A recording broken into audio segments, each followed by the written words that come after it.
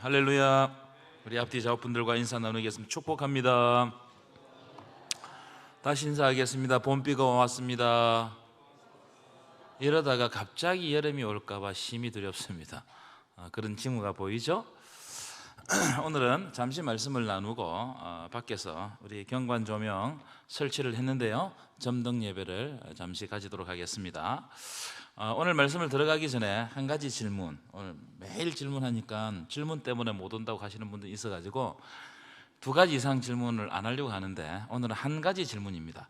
갈라디아서에서 가장 중요한 주제가 뭐라고 그랬죠? 꼭 질문하면 고개를 숙이시더라고.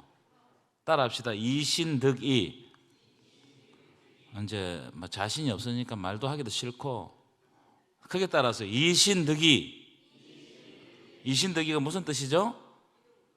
믿음으로써 의를 얻는다, 믿음으로써 구원을 얻는다. 옛날엔 이신칭이라고 말을 많이 했습니다. 그죠? 믿음으로써 의롭게 됨을 얻는다. 이 로마서하고 갈라디아서는 쌍둥이 서신이라고 그랬어요. 그래서 비슷한 내용을 가지고 서신을 적어가는데, 가장 중심축이 뭐냐면 이신득입니다. 믿음으로써 구원을 받는 것을 이제 강조하는 서신이 로마서와 갈라디아서예요. 자, 왜 이런 이야기를 하느냐면은, 교회가 이제 초대교회가 막 생겼습니다. 막 생기고 난 다음에, 여러분, 교회가 초대교회 생기면 모든 것이 다 좋을 것 같죠? 안 그래요? 교회가 생기면서 이단도 함께 생겼어요. 이단도 함께, 교회의 태동과 함께 이단도 같이 생겼습니다. 최고 처음에 생긴 이단들이 뭐냐면은 율법주의와 할례당들입니다. 이 율법주의, 그럴 수밖에 없어요. 여러분, 예루살렘이라는 곳에서 교회가 태동됐잖아요. 그러니까 예루살렘에는 뭐가 강합니까? 율법주의가 강하겠죠. 그러니까 이게 자연적으로 교회 안으로 들어오게 된 거예요. 그래서 이 율법주의와 할례당들이 구원론을 상당히 훼손시켜 버립니다. 예수를 믿어서 구원받는 건 맞다 이거죠.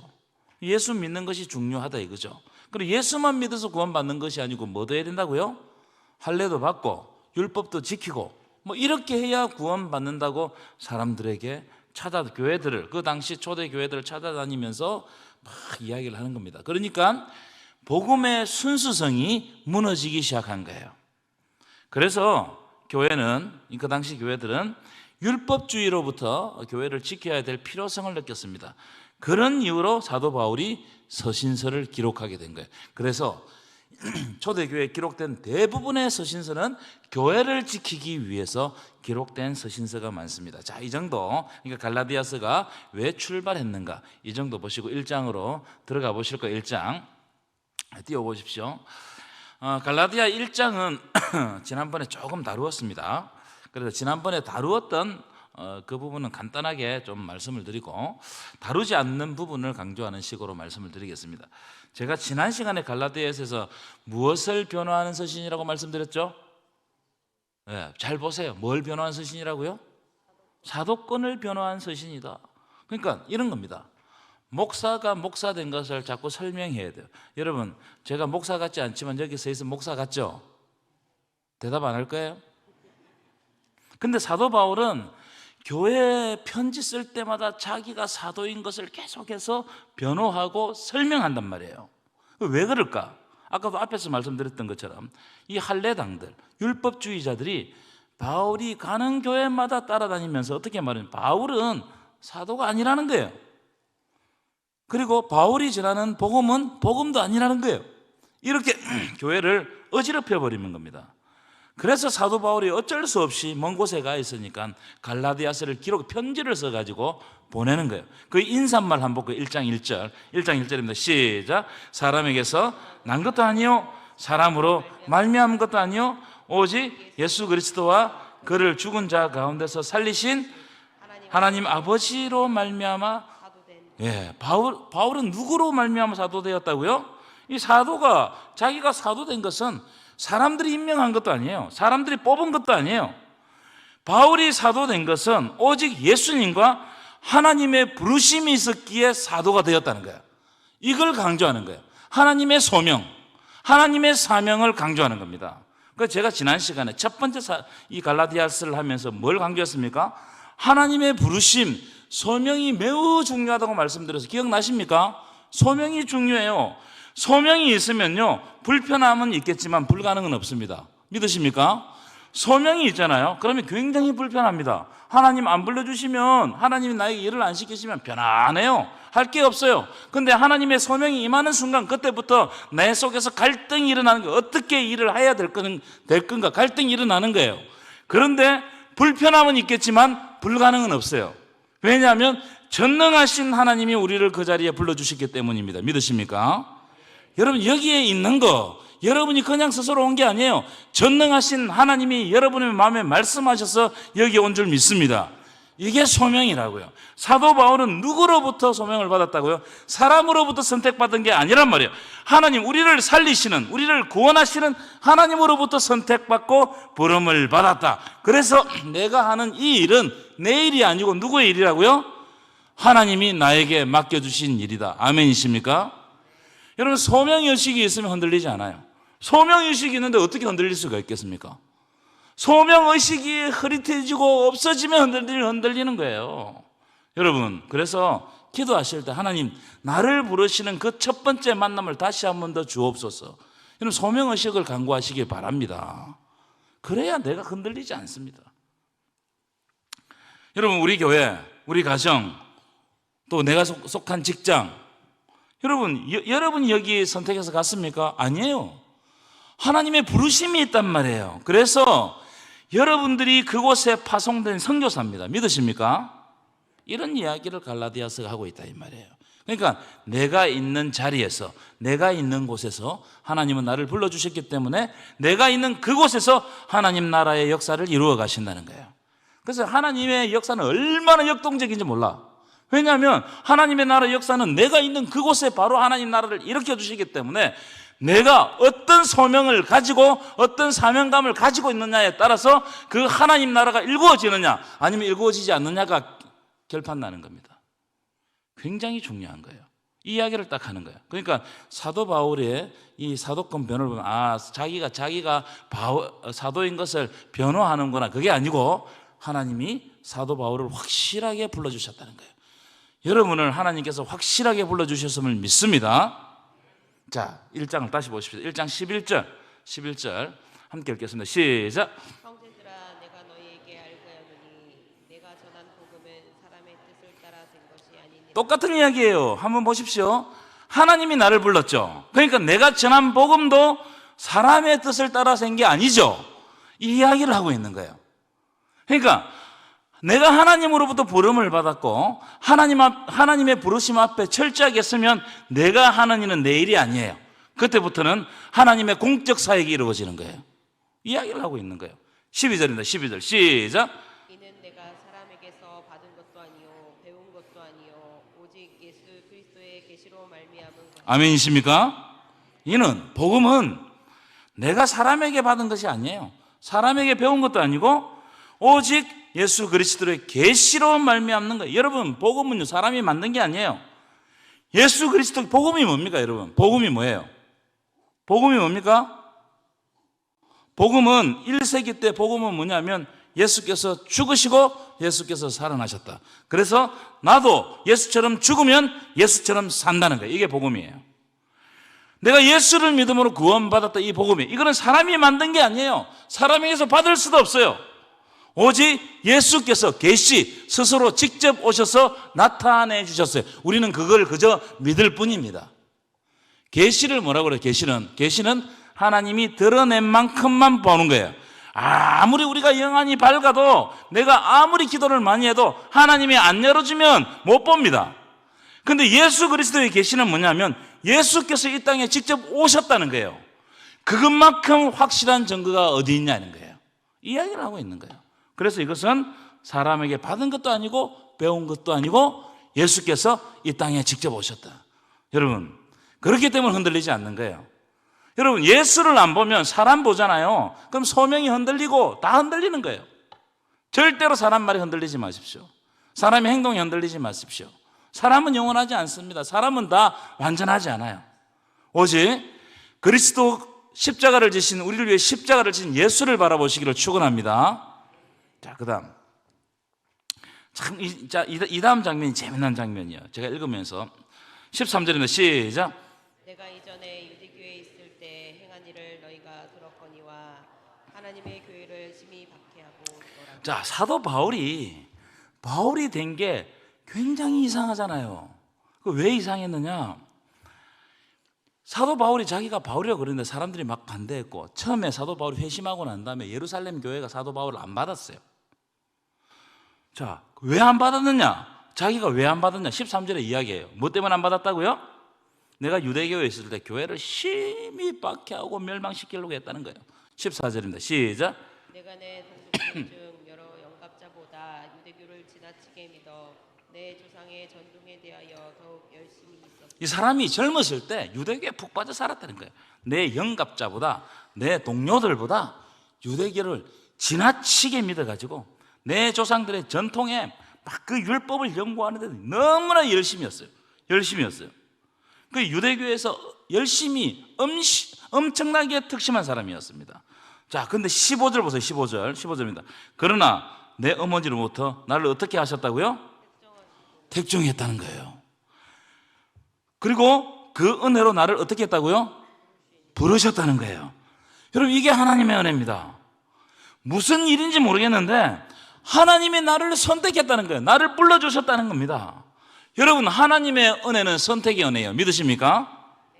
사도 바울을 왜 선택했는지 아무도 몰랐어요. 사도 바울 자신도 몰랐어요. 내가 예수 믿는 사람을 죽이고 박해하는 사람인데 왜 나를 부르냐 이거예요. 사람들 많은데, 초대교회 당시 사도들, 성도들도 이해가 안 되는 거예요. 왜 하필 저 사람이냐 말이에요. 하필 저 사람이냐. 왜 하필? 저 사람 말고 다른 사람 많은데, 착한 사람 많은데 왜 저렇게 악한 저 사람을 부르냐 말이에요. 그 이해가 되냐? 사도 바울도 자기도 이해가 안 되는 거예요. 그런데 뭐라고요? 그러나 내 어머니의 태로부터 나를 어떻게 택하셨다. 하나님의 주권에 의해서 택하셨다. 여러분이 여기에 앉아서 예수 믿는 것은 여러분의 의지는 하나도 없어요. 하나님께서 여러분을 택하신 줄 믿습니다. 이 택하심의 은혜가 없으면 우리는 아무것도 아니에요. 그럼 왜 택했는지 몰라요. 이걸 은혜라고 부르는 거예요. 은혜에 의해서, 하나님의 주권에 의해서 우리가 여기에 서 있는 거예요. 이 사도 바울이 이런 생각을 할 때만 너무나 고마운 겁니다. 자기의 죄를 생각해 보면요, 이게 너무나 흉악하잖아요. 그런데 어느 날 하나님이 택하셔서 자기를 변화시켜서 이방인의 사도로 세워주셨다는 거예요. 이 얼마나 여러분 은혜스럽습니까? 저도 마찬가지예요. 제가 여기 서서 설교할 수 있는 사람이 아닙니다. 그런데 하나님이 택하셨어요. 믿으십니까? 아멘 좀 크게 해보세요. 믿으십니까? 감사합니다. 자, 두 번째, 갈라디아서 1장의 두 번째는, 이제 사도 바울은 갈라디아서 이것하고 싸웁니다. 다른 복음하고 싸워요. 다른 복음이 있었단 말이에요. 자, 1장 6절입니다. 시작. 그리스도의 은혜로 너희를 부르신 이를 이같이 속히 떠나 다른 복음을 따르는 것을 내가 이상하게 여기노라. 자, 갈라디아 교회 보니까는요, 다른 복음을 따르는 사람들이 있는 거예요. 이것을 사도 바울이 너무나 이상하게 여겼단 말이에요. 여기서 말하는 다른 복음은 앞에서 말씀드렸던 것처럼 할례당, 율법주의자 말이에요. 할례를 받아야, 율법을 지켜야 구원받는다, 이렇게 생각했던 사람들입니다. 그래서 사도 바울이 단호하게 이야기해. 뭐라고 이야기하느냐? 17절, 1장 7절 시작.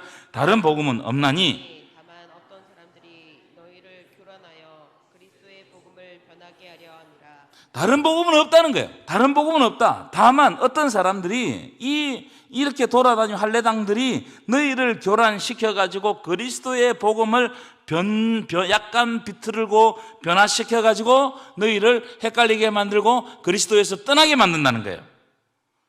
여러분, 그리스도의 복음은 예수 그리스도의 십자가와 부활을 믿고 구원받은 자 되는 것이 그리스도의 복음인 줄 믿습니다. 이것 외에는 복음이 없다는 거예요. 다른 길이 없다는 거예요. 뭔가를 열심히 해야만 구원받는 거, 이건 여러분 다 이상한 겁니다. 이상한 복음입니다. 다른 복음이라는 거예요. 그래서 자 보십시오. 1장 8절 보시면 우리가 이런데 철저해야 돼요. 1장 8절. 자, 시작. 그러나 우리나 혹은 하늘로부터 온 천사라. 자, 잘 보십시오. 그러나 우리가 누구예요? 사도 바울의 선교팀이에요. 사도 바울이 갈라디아에 처음으로 복음을 전했는데 처음 복음 전한 우리나 하늘로부터 온 천사라도 우리가 최고 처음에 너희들에게 가서 전한 복음 외에 다른 복음을 전하면 저주를 받을지어다. 복음의 철저성입니다. 절대성. 사도 바울이 예수 그리스도를 영접하고 그 복음의 뜨거움으로 갈라디아 1차 전도 여행 갔습니다. 가서 그때 복음을 돌에 맞아 죽었잖아요. 그죠? 그러면서 복음을 전했단 말이에요. 그런데 우리나 앞으로 이제 어떤 복음 전하는 사람들이 너희들에게 왔는데 나나 우리 선교팀이나 하늘에 온 천사라도 우리가 최고 처음 복음을 전했던 그 복음 외에 다른 복음을 전하면 저주를 받을지어다. 이야기를 하는 거예요. 이 저주를 받는다는 말을 두 번이나 합니다. 자, 1장 9절을 읽어볼까요? 시작. 우리가 전에 말하였거니와 내가 지금 다시 말하노니 만일 누구든지 너희가 받은 것 외에 다른 복음을 전하면 저주를 받을지어다. 너희가 받은 게 뭐예요? 십자가와 부활이에요. 그래서 제가 주일날 설교할 때 초대교회는 뭘 설교했다고 말씀드렸죠? 1세기 교회는 예수 그리스도 십자가 부활을 설교했어요. 그걸 믿느냐 안 믿느냐, 여기에서 믿음의 성패가 가름되는 거예요. 십자가와 부활 외에 다른 복음을 전하면 저주를 받을지어다. 이를테면 할례를 받아야 된다, 율법을 잘 지켜야 된다, 헌금을 많이 내야 된다, 새벽 기도를 해야 된다, 그래야 구원받는다. 이거는 다 헛거단 말이에요. 그럼 뭐 해야 되느냐? 오직 예수를 믿음으로. 아멘이십니까? 갈라디아서는 이걸 철저하게 이야기하고 있어요. 여기서 양보할 수 없다는 거예요. 자, 10절입니다. 10절. 10절 읽어볼까요? 시작. 이제 내가 사람들에게 좋게 하랴 하나님께 좋게 하랴 사람들에게 기쁨을 구하랴 내가 지금까지 사람들의 기쁨을 구하였다면 그리스도의 종이 아니니라. 이건 뭐냐면은 복음의 진리를 양보할 수 없다는 것을 선언하는 거예요. 이거는 내가 사람들을 기쁘게 하고 이런 게 아니고, 내가 만약 사람들을, 자기 뒤에 따라오는 그 사람들을 기쁘게 했다면 이 복음의 진리를 타협했을 거단 말이에요. 어중간하게 타협해가지고 갈등 없이 만들 수 있었단 말이에요. 그런데 사도 바울은 그렇게 하지 않기로 결정했다는 거예요. 내가 사람을 좋게 하려? 내가 이 진리의 문제를 가지고 사람들하고 타협하겠느냐? 아니라는 거예요. 사람들에게 기쁨을 구하려? 아니라는 거예요. 지금까지 내가 그런 식으로 복음을 전했다면 나는 그리스도의 종이 아니라는 거예요.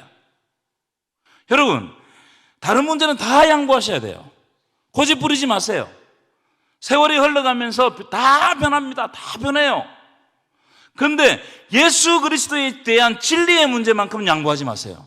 그것만 지켜야 돼. 그것만. 우리에게는 고집이 있어야 됩니다. 어떤 고집요?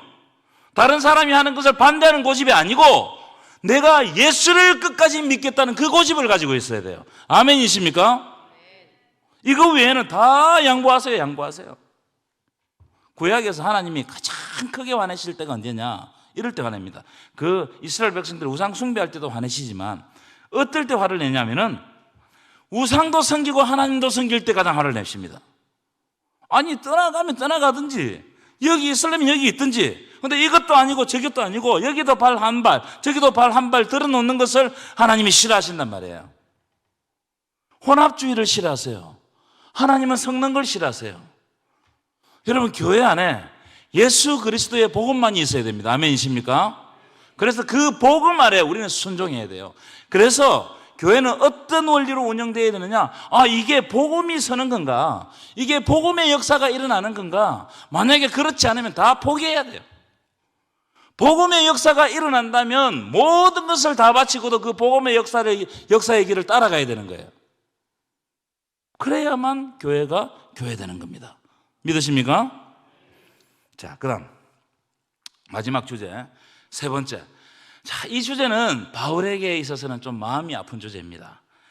왜냐하면 이 예루살렘 교회에 바울이 어떻게 해서 들어가게 되었는가, 쉽지 않았다. 이 장면을 딱 보여준다고요. 처음에 사도 바울이 회심을 바로 하고 난 다음에 다메섹 도상에서 회심을 하고 난 다음에 교회 안에 들어갑니까? 못 들어갑니까? 못 들어가요. 예루살렘 교회에서 박해했던 사람이 바로 들어가려고 하니까요. 예루살렘 교회 성도들이 가만히 있겠어요? 내 아버지, 어머니, 내 친구, 내 자매가 저 사람한테 맞아 죽었는데 어떻게 그 사람을 받아들일 수 있겠냔 말이에요. 못 받아들입니다. 자, 16절 읽겠습니다. 시작. 그의 아들을 이방에 전하기 위하여 그를 내 속에 나타내시기를 기뻐하셨을 때 내가 곧 혈육과 의논하지 아니하고. 여러분, 이 말씀은 참 그 사도 바울에게 주는 우리가 또 받는 말씀으로 뉘앙스가 참 희한한 말씀이 무슨 말씀이냐면, 그의 아들을 이방에 전하기 위해, 하나님의 아들 예수 그리스도를 이방에 전하기 위해 그를 내 속에 나타나게 하시기를 기뻐하셨다는 거예요. 하나님은 어떻게 하셨다고? 이방의 복음을 전하기 위해서 나를 택하시고 내 속에 하나님을 나타내기를, 사도 바울 속에 그걸 심어주셨다는 거예요. 그래서 나는 혈육과 의논하지 않았다는 거예요. 이야기입니다. 그러니까 무슨 말이냐? 하나님의 부르심이 확실했다 이 말이에요. 확실했다. 그런데 이 사도 바울이 확실하면 어디로 가야 됩니까? 예루살렘 교회로 바로 가야 돼. 내가 확실하기 때문에. 내 믿음이 확실하단 말이에요. 그럼 예루살렘 교회 가가지고 내 믿음이 확실합니다 이렇게 이야기해야 되는데, 17절 읽어볼까요? 시작. 또 나보다 먼저 사도된 자들을 만나려고 예루살렘으로 가지 아니했다. 다른 원문에 보면은 예루살렘으로 가지 못했다고 그렇게 돼 있어요. 못했어요. 왜냐하면 예루살렘 교회에서 안 받으니까. 그렇죠? 이제 회심한 지 얼마 안 되지 않았어요. 자기가 이방인의 사도가 될 것이라고 하나님께 소명은 받았지만 교회가 허락을 안 하는 거예요. 교회가. 그래서 어떻게 했다고요? 예루살렘으로 가지 못하고 어디로 갔다고요? 아라비아는 사막입니다. 광야로. 다메섹은 좀 이따 말씀드릴게요. 이 아라비아는요, 예루살렘에 밖에가 팍 닫히니까 예수 믿는 사람들이 흩어지기 시작했는데, 신실한 그리스도인들이 아라비아 사막에 들어가 가지고 예수를 연구하는 공동체들이 생겼어요. 지금으로 얘기하면 수도원 같은 것들이 생겼어요. 아마 여기에 가가지고 사도 바울이 연구하지 않았나, 주석가들은 그렇게 주석을 합니다. 그리고 아라비아 갔다가 어디로 갔다고요? 다메섹. 다메섹에는 누가 있어요? 다메섹 누가 있어요? 자기를 안수해줬던 아나니아, 주의 제자 아나니아가 있거든요. 그러니까 자기를 이해해주는 사람에게 가서 배웠다. 예수에 대해서 배웠다는 겁니다. 무슨 말이냐? 이게 참 중요한 부분이에요. 내가 소명받았다고, 내가 사명받았다고 바로 뭔가 사역을 시작하는 것이 아니더라는 거예요. 하나님의 일은 그렇게 안 한다 이 말이에요. 뭐가 필요하다? 훈련이 필요한 거예요. 훈련이 뭐가 필요하다고요? 훈련이 필요하다. 그것도 어떤 훈련이 필요하냐면은, 이 사도 바울은 열심히 특심한 사람입니다. 그래서 인간적인 열정을 내려놓는 훈련이 필요해요. 여러분, 하나님의 일은 인간적인 열정을 내려놓는 것에서부터 필요합니다. 시작합니다. 내 열정을 내려놓는 순간 하나님이 그때부터 하나님의 동력으로 일하시는 거예요. 내 동력으로 일하기 시작하면 모든 것이 문제가 일어나는 거예요. 무슨 동력으로 일해야 된다고요? 하나님의 은혜의 동력, 하나님의 감동의 동력으로 일을 해가야 되는 거예요. 그래서 아라비아에 3년 동안 막 이렇게 이 예루살렘 교회를 오지 못하게 만드는 거예요. 하나님이 그렇게 만드셨어요. 3년 동안 훈련한 겁니다. 자, 그런데 참 특이한 장면이 나와요. 참 이 사도 바울이 되는 과정이 쉽지 않아요. 자, 그다음 보십시오. 자, 그다음 읽어볼까요? 시작. 그 후 3년 만에 내가 게바를 방문하려고 예루살렘에 올라가서 그와 함께 15일을 머무는 동안 19절도 그의 형제 야고보 외에 다른 사도들을 보지 못하였노라. 이게 무슨 말이냐면 3년이 지났어요. 3년이 지나고 난 다음에 공부도 하고 힘도 빠지고, 여러분 모든 훈련은 힘 빼는 거거든요. 힘 빼는 거. 모든 운동도 다 힘 빼는 훈련부터 합니다. 힘도 빠지고 이제 그래가지고 예루살렘 교회 노크를 한 겁니다. 누구를 방문하려고? 게바가 누구예요? 교회의 대표입니다. 게바. 그 다음에 19절에 주의 형제 야고보, 지금으로 생각하면 총회장이에요. 예수님의 동생 야고보가 예루살렘 교회를 맡았어요. 이 두 사람을 만나러 갔습니다. 왜냐하면 이 두 사람이 허락이 있어야 되는 거예요. 그래 교회에 들어온단 말이에요. 그런데 재밌는 장면이 있어요. 자, 15일을 머무는 동안에 주의 형제 야고보 외에 다른 사도들을 봤어요? 못 봤어요? 못 봤어. 왜 못 봤을까요? 안 만나주니까. 안 만나주니까 못 본 거예요. 3년 만에 교회 대표에게, 베드로에게, 야고보에게 이제 인정받기 위해서 갔습니다. 그런데 그 두 사람 외에는 사도 바울을 아무도 만나주지 않는 겁니다. 다른 성도들도 만날 수가 없었어요. 사도 바울에 대한 경계와 복수심이 풀리지 않았다는 거예요. 여러분, 사도 바울이 이 시간을 견딥니다. 여러분, 우리에게 주어진 하나님의 시간들이 있는데 그 시간들을 시작하기 전에 하나님께서는 이런 인내의 시간을 거치게 하세요. 이 인내의 시간이 꼭 필요합니다. 이 인내의 시간이 있고 난 다음에 하나님께서 우리를 통해 가지고 꽃을 피우십니다. 아멘이십니까? 자, 그 다음 보실까요? 그 다음 이제 어디에서부터 소문이 나느냐? 자, 21절 시작. 그 후에 내가 수리아와 갈릴리 자, 예루살렘에서 안 받아주니까요. 죄송합니다. 자, 21절 시작. 그 후에 내가 수리아와 갈릴리아 예루살렘 교회에서 안 받아주니까 어디로 갔느냐? 자기가 1차 전도 여행할, 아직 안 갔습니다. 할 곳을 시리아, 안디옥, 그 다음에 길리기아, 시리아 안디옥 위에가 길리기아예요. 그쪽으로 갔어요. 그런데 거기에 22절에 교회들이 있는 거예요. 내 사도 바울의 얼굴은 몰라. 그런데 23절 읽어볼 거예요. 시작. 다만 우리를 박해하던 자가 전에 멸하였던 그 믿음을 지금 전한다. 놀란 거예요. 이 사도 바울이라는 자가 왔는데 옛날에 저 사람이 우리를 박해했던 사람이다. 근데 지금 보니까 예수를 전한다는 거예요. 변방에서부터, 저 예루살렘의 중심에서부터 사도 바울의 소문이 들려진 게 아니고 변방에서부터 사도 바울의 소리가 이제 점점 커지기 시작하는 거예요. 그래서 24절 시작. 나로 말미암아 하나님께 영광을 돌리니라. 아멘이십니까? 여러분, 하나님은 이렇게 일하세요.